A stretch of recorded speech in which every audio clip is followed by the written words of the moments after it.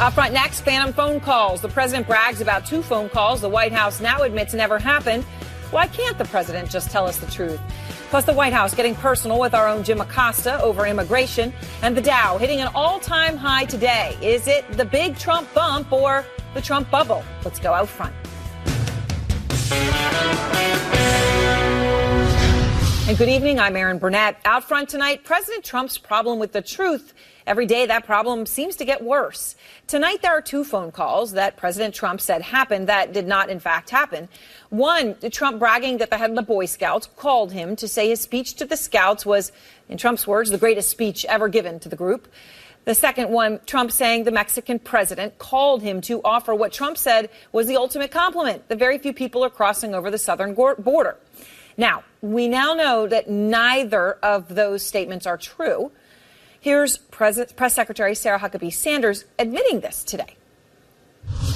On Mexico, he was referencing the conversation that they had at the G20 summit where they specifically talked about the issues that he referenced.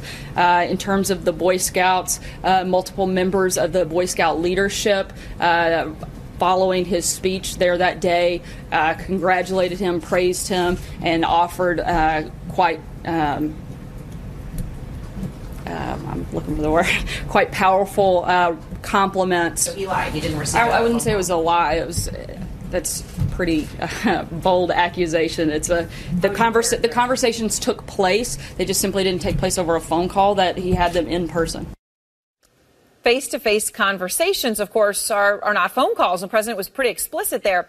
The president's problem with the truth, though, doesn't stop there, because let's take a look at what happened at the Boy Scout event. All right, here's just one moment, just to give you a sense about the speech, because that's what this is all about, from that speech turned political rally. Do you remember that famous night on television, November 8th, where they said, these dishonest people, where they said there is no path to victory for Donald Trump? Okay. It continued, as you're probably well aware if you've seen any of the clips. Trump then spoke about that speech to the Wall Street Journal. And what he said in that interview was very important. He said, quote, "I got a call from the head of the Boy Scouts saying it was the greatest speech that was ever made to them, and they were very thankful." Now, that's a pretty incredible claim, considering the head of the Boy Scouts publicly said of the speech, and I quote him, "I want to extend my sincere apologies to those in our scouting family who were offended by the political rhetoric that was inserted into the jamboree. We sincerely regret that politics were inserted into the scouting program." So when news of Trump's claim that the chief scout had said, that was the greatest speech ever, when that broke, Outfront immediately called the Boy Scouts because we wanted to know who was telling the truth. And the Scouts doubled down. They told Outfront, quote, "The chief scout executive's message to the scouting community speaks for itself." And they then continued to tell us that the Boy Scouts organization was unaware of any phone call from anyone on their national leadership team to the White House. So, thanks to the Boy Scouts' answer to our question, the White House was forced today to admit that the president did not tell the truth. There was no phone call. Now, the Boy Scouts haven't replied to our question about whether the chief scout told Trump in person that his speech was the greatest in history, although those do sound like very Trumpian words. Some people might say that it's a small matter to lie about how a conversation occurred if it actually happened. But there is a crucial question here. If the president isn't telling the truth about these phone calls, what else is he not telling the truth about? Now, Trump himself has one explanation for his problem with the truth. It's actually from his book, The Art of the Deal, in which he wrote, "A little hyperbole never hurts. People want to believe that something is the biggest and the greatest and the most spectacular. I call it truthful hyperbole. It's an innocent form of exaggeration." Except, of course, if there ever was such a thing as innocent exaggeration, it certainly doesn't apply when you're president of the United States and every word you say matters. Sarah Marie is out front at the White House tonight. And Sarah, the president's credibility problem not going away. Well, that's absolutely right, Erin. And look, in some cases, it may be the president being imprecise with his language, talking about a call rather than a sideline in-person conversation. Other times, we know that he sort of conjures things up that seem to be created out of nowhere. And so you ask, what the problem is for this. Well, one, he's the president of the United States now. He's no longer a candidate running around on the campaign trail. I think voters realize sometimes candidates make promises or embellish stories along the way, but Now he's the president of the United States. And I think the bigger issue is that we are seeing from his Republican partners on Capitol Hill some unease about the way the president likes to play it fast and loose with the facts. We've heard from some lawmakers who have said, look, if the president is willing to mislead on this issue, what's to say he's not willing to mislead on something else? And that's a problem when you are this administration and you have such a robust legislative agenda that you want done. The president has made it clear he wants the Senate to take up health care again. He wants them to take up tax reform. He wants them to do this controversial immigration overhaul. Those are all things that require trust. And right now, that is certainly in short supply, even with members of Trump's own party. All right. Thank you very much, Sarah Murray. And out front now, our senior political analyst, Mark Preston, White House correspondent for American Urban Radio Networks, April Ryan, who, of course, was in that press briefing today, editor-in-chief of the Daily Beast, John Avlon, and senior congressional correspondent for the Washington Examiner, David Drucker. Let me start with you, Mark. The president was clear. All right, he got a call from Mexico's president. He got a call from the leader of the Boy Scouts. Now, today, the White House says that there were no calls. What does this mean? Well, a couple things. One is I think we've reached the point now where we can no longer explain away that the president believes one thing and then goes out and says it turns out not to be true. The fact of the matter is life is very black and white. There isn't a whole lot of gray areas, specifically when you're talking about specific actions. Now, in terms of what does this play on the world stage, I've got to tell you, in politics and in policy, the only thing that you have is your word, okay, is the level of trust and the fact that people can believe in you. Now, I spoke to a political advisor to one of our allies just a couple hours ago and asked how are they dealing with President Trump right now. The two words that came back from this person, very confused, very concerned. They are parsing every statement, every word, every tweet to try to get an understanding of this. And let me emphasize, very confused and very concerned. And Erin, this is coming from our allies. Same thing is being said from folks on Capitol Hill that I'm talking to. So, David, I want to play part of the exchange again, where Sarah Huckabee Sanders admitted no phone calls took place, as the president obviously specifically and directly claimed. Here she is. Specifically said that he received a phone call from the president of Mexico. They were actually direct. They were direct conversations, not actual phone calls. So he lied. He didn't receive. I wouldn't say it was a lie. It was. That's pretty bold accusation. It's the conversations took place. They just simply didn't take place over a phone call. That he had them in person. Again, David, we don't know from the Mexican president or the Boy Scouts what their response is to that, whether these happened in person or not, okay? But you heard Sarah Huckabee Sanders. It's a bold accusation to say the president lied.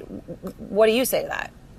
Well, it is a bold accusation, but the problem is the president repeatedly gets caught in problems like this of his own making. You know, there is something to be said in business, and you referenced the art of the deal when he was focused on real estate development all those years ago, where you want to paint your product and your vision for a company in flowery terms that may never come to fruition, but everybody understands that it's a competitive business marketplace and products are always looking for an edge. As Mark mentioned, in politics, your word is your bond, to use a cliche.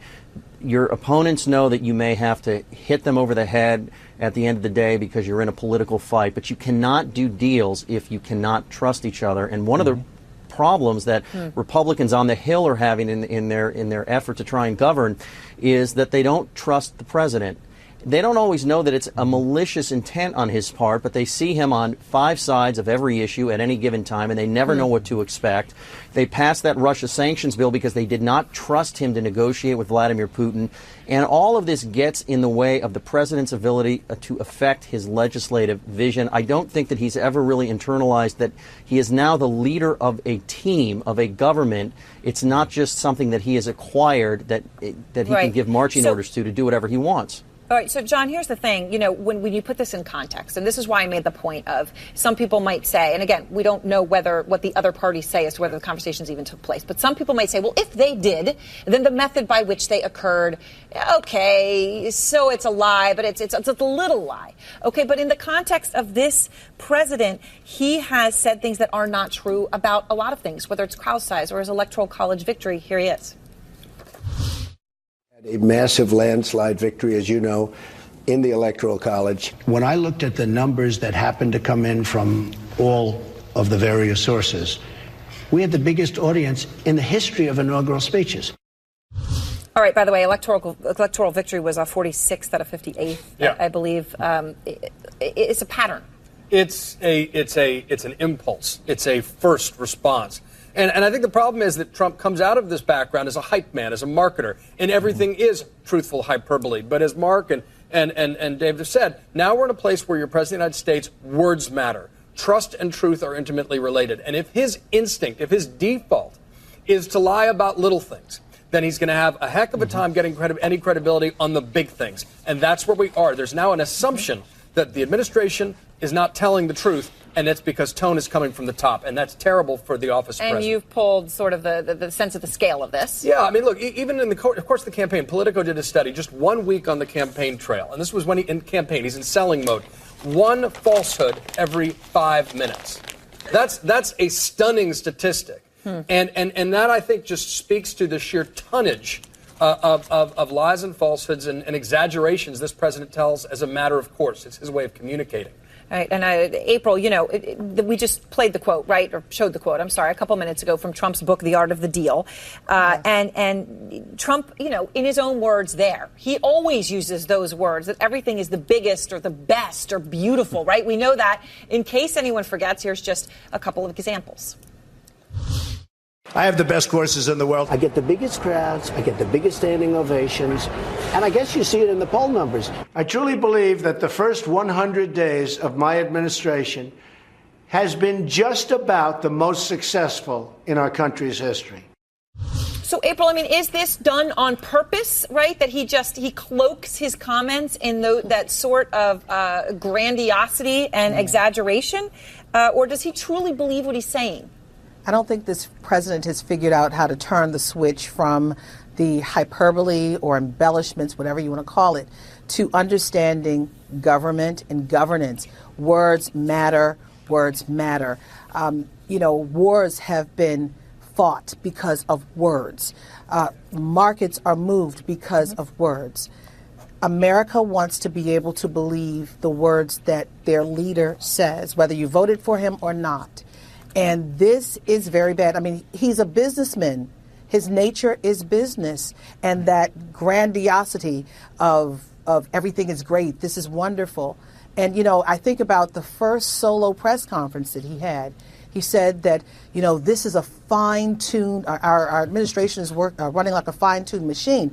Well, there are a lot of cogs that have been flying out of that machine lately, and he's still saying everything's fine in the midst of firings, scandals, what have you, and these two stories. So everything is great, but the reality is what it is. But Aaron, you asked a fascinating question. Does he believe it?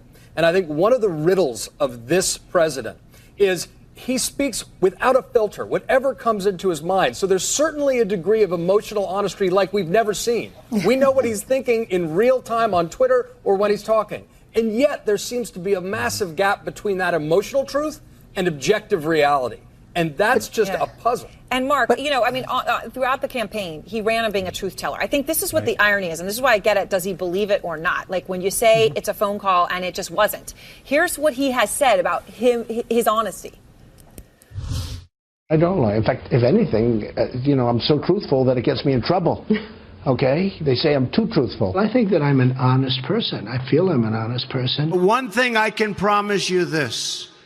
I will always tell you the truth. It's that context, Mark, that makes it so troubling. That even when it comes to whether there was a phone call or not, it wasn't true.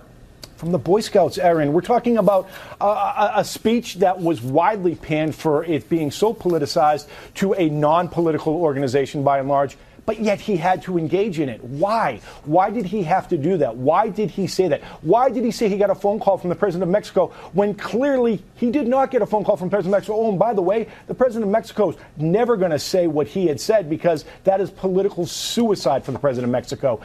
But really, it's all about credibility right now. And the success of President Trump, the success of this nation is based upon the alliances that he can form, not only here at home, but abroad. And right now, he's not doing that. All right. But Aaron, go ahead, April. Final word. Aaron, I want to get this in really fast. This is a pattern with this president. When he meets with people, I think back to when this president met with Congressman Elijah Cummings. There was a big scandal about what was allegedly said. He said that Elijah Cummings said, I'm the greatest president. And Congressman Elijah Cummings said, no, that's not what I said. He said, what I said, he could be the greatest president if he did this, this, and this. But I'm also thinking about how this president wants to make everything look so nice. Think about when he had the HBCU presidents in that Oval Office historically picture. Black colleges, yeah. Right. He wants everything to look like it's perfect and nice. Everything is not, and we're seeing everything spilling out now in untruths. Thank you all. And next, the president's approval rating at an historic low. And by the way, there's a crucial number there on truth and Republicans' views of Trump. Plus, the president promised he would not cut legal immigration, very specifically, very explicitly. Well, now he's backing a plan to do just that. And the time Donald Trump wanted to play President Trump in Sharknado.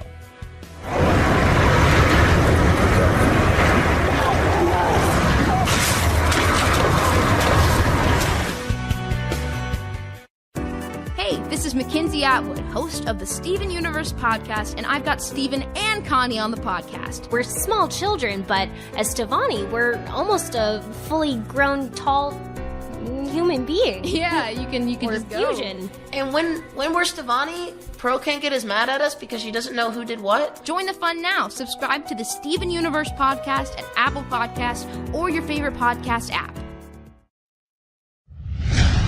New tonight, turning on Trump, a new poll shows the president's approval rating at an all-time low. Just 33% approve of the job the president is doing. This is according to Quinnipiac. The disapproval rate, 61%. But wait, what may be most concerning to the White House is the Republican numbers.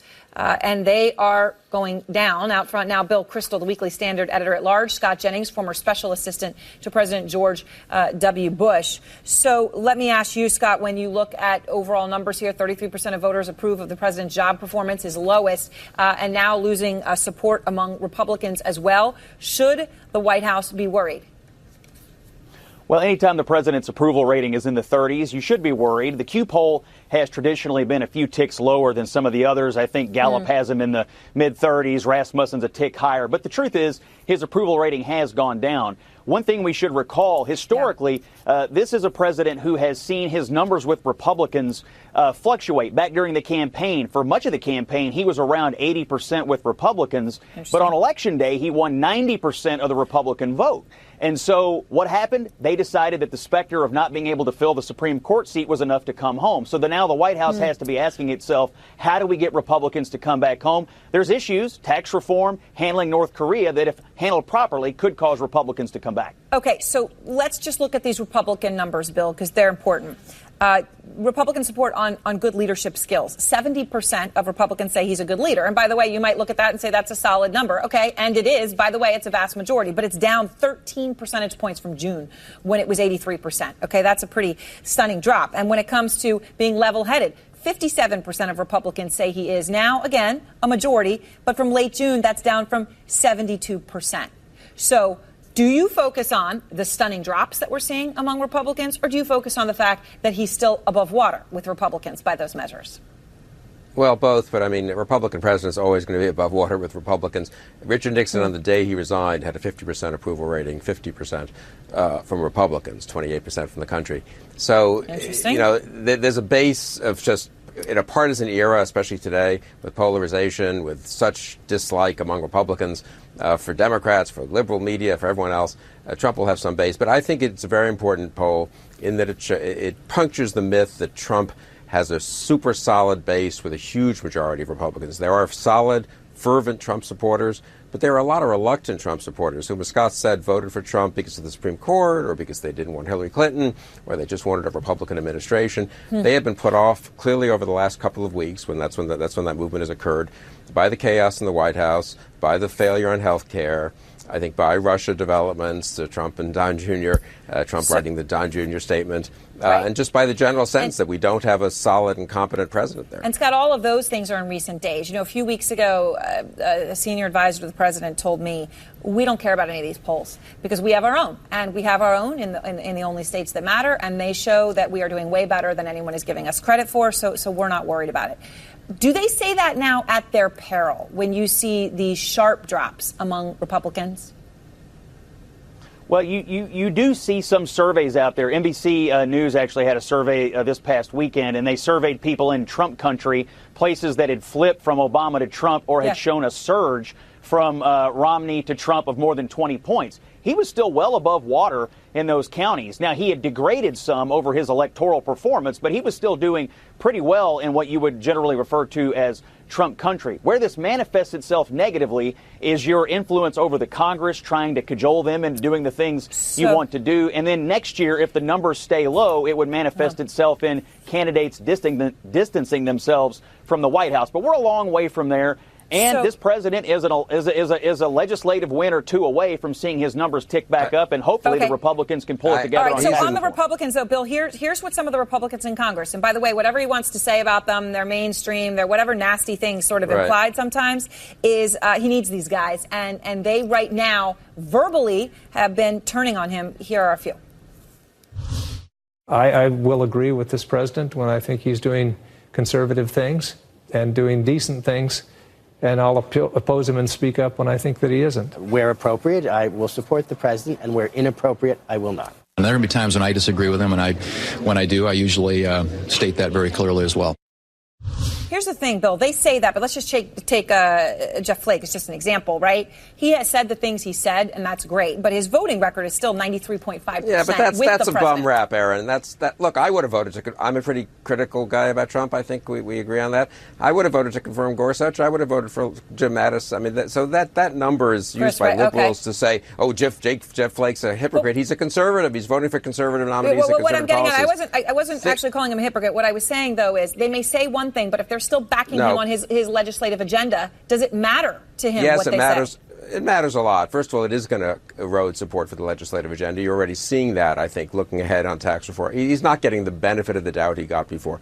Just 2 points. That 33% number is stunning. Also, think about this. The stock market, as Donald Trump himself likes to remind us, is at historic highs. Unemployment is low. There's been no horrible foreign policy crisis. If you told a political scientist, president gets elected with 46% of the vote, market goes up 15%, unemployment stays low, gets a little lower, foreign policy not terrible, really, he would say, you know what, any competent president probably goes up from 46 a little bit, wins over a few skeptics. Maybe he's at 50, 55. So that 33, or even if it's 35 or 36 or 38, is really a low number. And that is affecting congressmen and senators' sense, I think, of whether they owe him support. And also just his behavior. At some point, even congressmen and senators, they're political animals, but they do care about the country. And they're looking at this White House and saying, you know, is anyone competent in charge there? They have great hopes, I think, that John Kelly can do the job, and I have great hopes, too, that he can stabilize things. But at the end of the day, the president's the president, and every time you think, well, Kelly's in, things will be better, then the president can't resist claiming to have made phone calls he didn't make, or another Russia story breaks, or you get an account like you got a couple hours ago of this recent National Security Council meeting on Afghanistan with the president just popping off, knowing nothing. And I think senators look at that and they think, you know what, we just have to try to pass legislation that we believe in, but we're not going to give the president the benefit of the doubt. Right, here's a thought experiment. That immigration bill that Senators Cotton and Perdue introduced today, that bill would have done better, would have been received better if the White House hadn't been involved. Well, we're going to talk a lot more about that immigration bill because thanks very much to both of you. And next to that bill, it's a pretty radical change in who would be allowed to come into the United States legally. And it led to this exchange in the White House briefing room. It's like you're trying to engineer the racial and ethnic flow of people into this country. Jim, that is one of the most outrageous, insulting, ignorant, and foolish things you've ever said. And the president finally signs a bill punishing Russia, but he made it very, very clear that he really, really didn't want to. Heyo, Trey Kirby here, 1/4 of the starters, the biggest and best fourth. But at least that's my opinion. The rest is up to you. Don't forget to download our podcast, The Drop, every Friday, wherever you get your podcasts, or find us at nba.com/thestarters. New tonight, a fierce debate erupting across the country after President Trump proposes a dramatic slashing of the number of immigrants that can legally enter the United States. Now, the president says the bill will strengthen the American economy, eliminating America's lottery for immigrants and instead giving priority to potential newcomers based on their education and their ability to speak the English language. The proposal sparking a tense back and forth between senior policy advisor Stephen Miller, who came out to discuss it with the press, and CNN's Jim Acosta. What you're proposing here, what the president's proposing here, does not sound like it's in keeping with American tradition when it comes to immigration. The Statue of Liberty says, give me your tired, your poor, your huddled masses, yearning to breathe free. It doesn't say anything about speaking English or being able to be a computer programmer. Aren't you trying to change what it means to be an immigrant coming into this country if you're telling them you have to speak English? Can't people learn how to speak English when they get here? Well, first of all, right now, it's a requirement that to be naturalized, you have to speak English. So the notion that speaking English wouldn't be a part of our immigration systems would be actually very ahistorical. Secondly, I don't want to get off into a whole thing about history here, but the Statue of Liberty is a symbol of liberty enlightening the world. It's a symbol of American liberty lighting the world. The poem that you're referring to that was added later is not actually part of the original Statue of Liberty, but more fundamentally, the history. But more fundamentally, you're saying the that history that does not represent. I'm saying that. What I'm saying that country the has always notion. thought of I'm saying the as notion that the. immigration coming into this I'm saying the country. notion. I'm sorry. No, that sounds Jim, like, let me ask you a question. That sounds like some national park revisionism. No, what I'm asking you is, the Statue of Liberty Jim, has always Jim, been let me a ask you a beacon question. of hope to the world, Jim, for people to send Jim, do you believe their people to this country, Jim, and they're not always going to speak Jim, English, Stephen. Jim, they're not do you always believe going to be highly skilled. They're not always Jim, going to be Jim, I appreciate your speech. Jim, I appreciate your speech. So let's talk about this. It was a modest Jim, let's talk about this. In 1970, when we let in 300,000 people a year, was that violating or not violating the Statue of Liberty law of the land? In the 1990s, when it was 500,000 a year, was it violating or not violating the Statue of Liberty law of the land? Was it violating? When it was 700,000 a year. No, tell me what years. Tell me what years. Tell me what years meet. Tell me what years meet Jim Acosta's definition of the Statue of Liberty poem law of the land. So you're saying 1 million a year is the Statue of Liberty number. 900,000 violates it. 800,000 violates it. You're sort of bringing a Jim, press one for English philosophy here to Jim, immigration, and that's never been what the United States has been about, Stephen. But you're also your statement's also shockingly ahistorical in another respect too, which is if you look at the history of immigration, it's actually ebbed and flowed. We've had periods of very large waves, followed by periods of less immigration and more immigration. And during you've had a period of immigration right now. The yeah, president wants to build a wall. Actually, and you want to bring about a sweeping change to the surely, immigration Jim, you don't actually think that a wall affects green card policy. You couldn't possibly believe that, do you? Actually, the notion that you actually think immigration is at a historic law, the foreign-born population in the United States today, Jim, staff on Monday talking about how border crossings. Do you really? I want to be serious, Jim. Do you really at CNN not know the difference between green card policy and illegal immigration? Sir, are you really don't know that? Cuban immigrant. He came to this country in 1962, right before the Cuban Missile Crisis, and obtained a green card. Yes, people who immigrate to this country can eventually. People who Jim, immigrate as a to this factual country question, through, Jim. not through Ellis Jim, Island, as a factual question. Ways, do obtain a green card at some point. They do it through a lot of hard work.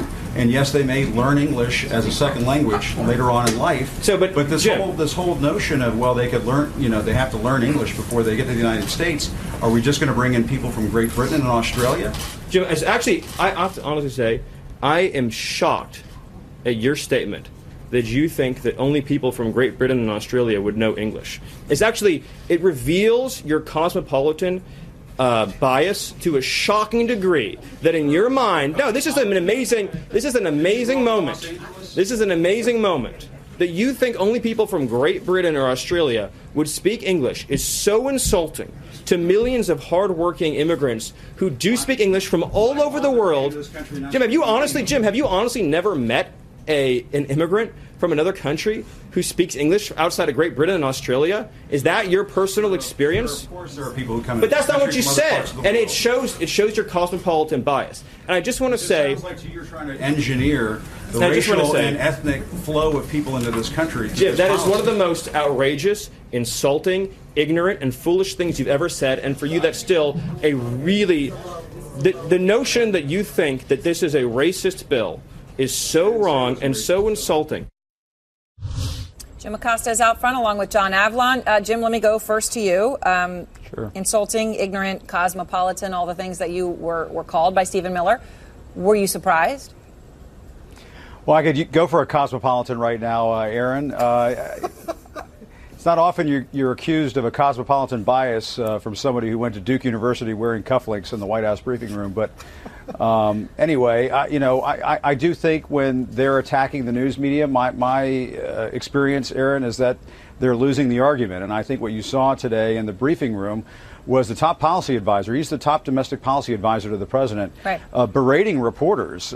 My colleague Glenn Thrush over at the New York Times was asking some very pointed questions of Stephen Miller, and Stephen Miller was throwing out these comments about maybe the New York Times should only hire certain kinds of workers. Never mind the fact that the Trump organization's hotels and properties around the world from time to time have hired people that would not be described, as highly skilled English-speaking people who would be given advantages in this new merit-based system that the Trump administration is proposing.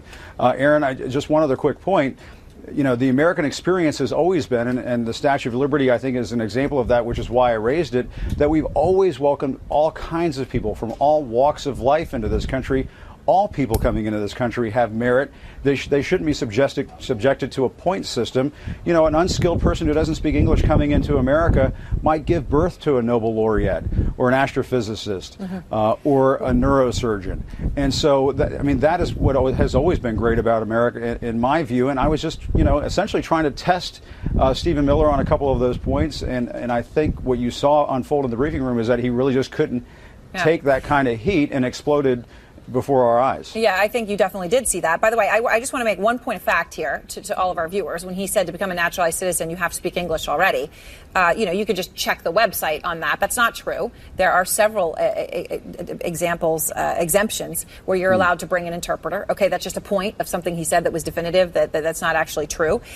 It's also, John Avlon, the issue of this is a complete 180. This is a president who is completely changing what he promised to do. Not as a candidate when he was making promises. As president of the United States, in May, The Economist asked him, will you reduce the number of people who are coming to the United States legally? His response, oh yeah, no, no, no, no. We want people coming in legally. No, very strongly. Now they're going to be much more strongly vetted, as you see. So this is a huge change. When he's now coming in and saying these different requirements and restrictions that he would place. That's right. Look, it's a flip-flop on policy from his president. Things he said during the campaign, however tough he was on immigration, it was always illegal immigration, and from longstanding policy from the Republican Party. And the deal has always been, the policy argument they made is that we are pro-legal immigration. We want to crack down on illegal immigration. Those are two different things. But this policy flies in the face of that tradition, flies in the face of being a nation of immigrants and recognizing it. And how many members of the Senate or of Congress did their grandparents come over not speaking English or unskilled? My grandfathers came over not speaking English and unskilled. And that's the story of America. And that's why people are going to get passionate about this. And we should be able to have great policy debates without everyone being accused of being racist. But this fundamental contradiction in policy, that needs to be called out. Well, you only hard. want an English-speaking H-1B visa is a complete change from what America has for generations done. And that's fact. So if we're going to talk about this, everyone, whether you agree or not, you need to acknowledge what a dramatic shift that would be. Thank you both. And next, a top Republican asks, why is the Trump administration so different on Russia? And Donald Trump passing up a role in Sharknado 3, only to see a billionaire rival get the part. Advertising on podcasts has never been easier. Reach millions in a way that display ads simply can't. Sign up for your own podcast advertising dashboard at palegroove.com/CNN and get started today. There's no better way to speak to those you've never met. Get ahead of the curve to market your business, product, or media through podcasts that feature household names like this show at palegroove.com/CNN. That's PALE groove.com/CNN. New tonight, the president today signing a bill to punish Russia, hitting the country where it hurts, energy, and defense. But he made it clear he wanted nothing to do with the bill, writing in a statement, and I quote the president, "The bill remains seriously flawed, particularly because it encroaches on the executive branch's authority to negotiate. I built a truly great company worth many billions of dollars. That is a big part of the reason I was elected. As president, I can make far better deals with foreign countries than Congress." Out front now, Democratic Senator Jeff Merkley, who serves on the Foreign Relations Committee. And I appreciate your time, Senator. There was that statement, and then there was another one that the president released in which he said the sanctions bill includes a, quote, number of clearly unconstitutional provisions. He's saying it's unconstitutional, it's seriously flawed. Your response? Well, if it's unconstitutional, if he believes that, then he shouldn't sign it in his role as president. But this was the Congress, Democrats and Republicans, House and Senate, saying you have not gotten the job done on Russia, so we're going to do it for you. And in that sense, it is a bit humiliating to the president. But this president came in and said he was wanting to undo the sanctions of against our adversary, an adversary who has proceeded to annex Crimea and occupy eastern Ukraine and proceeded to interfere in our American elections in a massive way. Mm-hmm. And so Congress said, we believe sanctions are necessary. A strong position has to be taken. We need a watchdog for America, not a lapdog for Putin, and we've sent the bill to him. So when you say lapdog for Putin, let me ask you this. Look, the bill limits the president's ability to ease current sanctions in place against Russia. So you just given your use of the word lapdog there, do you actually feel that there was a risk that this president would try to ease those existing sanctions? Is that why you supported that? This is exactly what Democrats and Republicans thought, because he has consistently said time and time again he wanted to ease sanctions with no explanation for it. And it is traditional to give the president the ability to waive the sanctions, to adjust the sanctions. That's what's normally done. We didn't do it in this case because on a bipartisan basis, Congress did not trust the president on this issue. So the president and his team have repeatedly said they could negotiate a tougher sanctions deal than the one he just signed, right? That's even his logic he's giving today, right? I could have done a better deal. He says he can make far better deals than you all can in Congress. Is it possible, Senator Merkley, that he's right? How can a president who wants to undo the sanctions negotiate a stronger deal?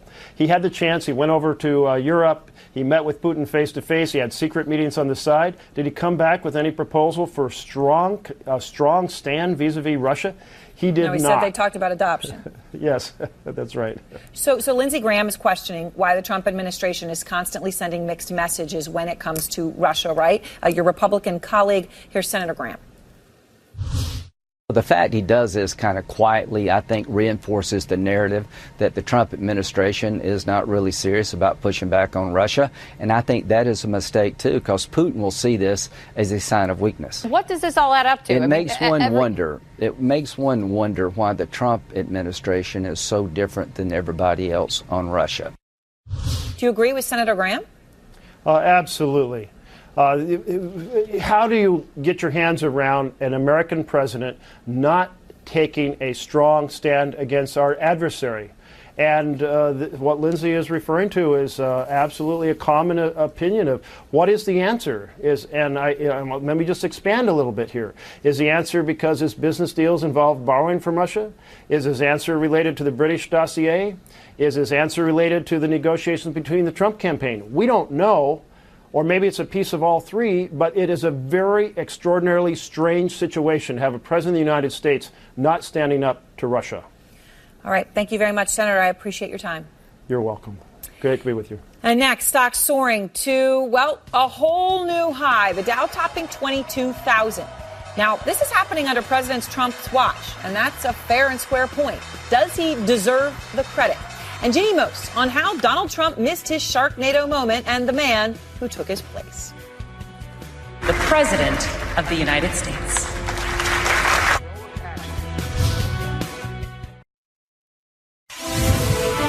Breaking news, an historic milestone for stocks. The Dow closing above 22,000 for the first time ever.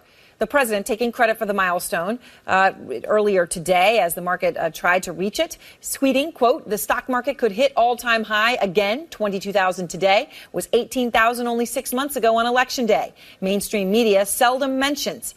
Well, the Dow has risen 20% since President Trump was elected. That is a stunning surge by any measure. And it is something the president has been taking credit for since taking office. There's a lot of confidence in our economy right now. There's a great confidence level. You've been seeing that in the stock market. You've been seeing that in businesses. And you've been seeing that on every chart. The stock market hit another all-time high today. We're doing trade deals. Look at what's happening with the stock markets. Look at so many things where we're just getting bigger, better, and stronger. Out front now with more on tonight's number is Paul Hickey, co-founder of Bespoke Investment Group. And Paul, the big question here is whether President Trump actually deserves the credit for this milestone we hit today. What do you think?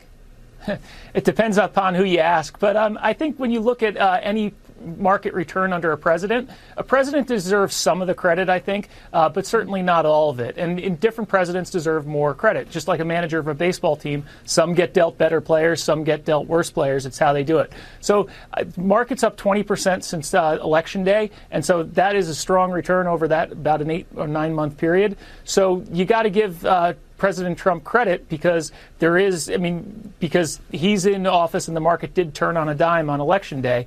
But the fact that the markets have been unfazed by what's going on in Washington on a day-to-day basis shows us that the investors and the market is bigger than just Washington, and thank God. I mean, the fact that if the market was relying on politicians, I think we'd all be in a much worse place right now. Now, Trump, when he was candidate, Trump expressed great skepticism about what was already a market that had been surging for years. Here he is. We are in a big, fat, ugly bubble, and we better be awfully careful. Obviously, since he said that, he won. He became president. The market kept surging. We've now seen the second fastest 1,000-point gain for American stocks since the dot-com bubble back in 1999. When you look at where the market is trading, its price to earnings, it's at, about 21 times. The historical average is way below that, closer to 16 times. Are you worried this is a bubble right now, Paul? No, I'm not worried it's a bubble, and I'm sure President Trump would say it's not a bubble now, too. It's amazing how perspectives change. But valuations are expensive in the market. There's no denying that. Yeah. Interest rates are low, so you tend to see valuations expand in low interest rate environments, so that you have that. But earnings have been growing. The market's up 10% this year, but the earnings multiple of the S&P 500, what people will pay for earnings, has been unchanged this year. So earnings have been growing by double-digit rate this year. So we haven't really been seeing valuations contract or get more reasonable, but they haven't been expanding. And the reason we're all here today talking about Dow 22,000 is because of Apple. Apple's the largest stock in the United States, a publicly traded company in the world. And when you look at that stock's valuation, it trades at a below market multiple. So you look back to 2000 when the tech stocks were all trading on valuations of eyeballs and any metric besides earnings because they had no earnings. It's a much different environment now, and we're seeing broad participation in the market too. So these big large cap tech stocks are rallying, but the rest of the market is doing well also, whereas in 2000 it was just tech rallying and the rest of the market, the industrials, were all weak. All right. So you're saying not a bubble right now. Thank you so much, Paul. I appreciate it. Thank you. And out front next, Jeannie Mose on President Sharknado. Tonight, how Donald Trump almost played a president on TV. Here's Jeannie Mose. Think how it could have been. Instead of Donald Trump being the actual president, he could have played the president in Sharknado. Sharknado 3, oh hell no, to be exact. The one where sharks come raining down on Washington, landing in Lincoln's lap, wreaking havoc at the White House. The producers wanted Sarah Palin to play the president, but when she fell through, they turned to not George Washington, they turned to Donald Trump. So says The Hollywood Reporter. That Donald said yes, recalled producer David Latt. He was thrilled to be asked. A contract was drawn up. The next president. Then the producer says he heard from Trump's lawyer, Michael Cohen. Donald's thinking about making a legitimate run for the presidency, so we'll get back to you. Trump was off the hook. The movie makers cast entrepreneur Mark Cuban instead, For America, baby! who proceeded to mow down and even grenade flying sharks.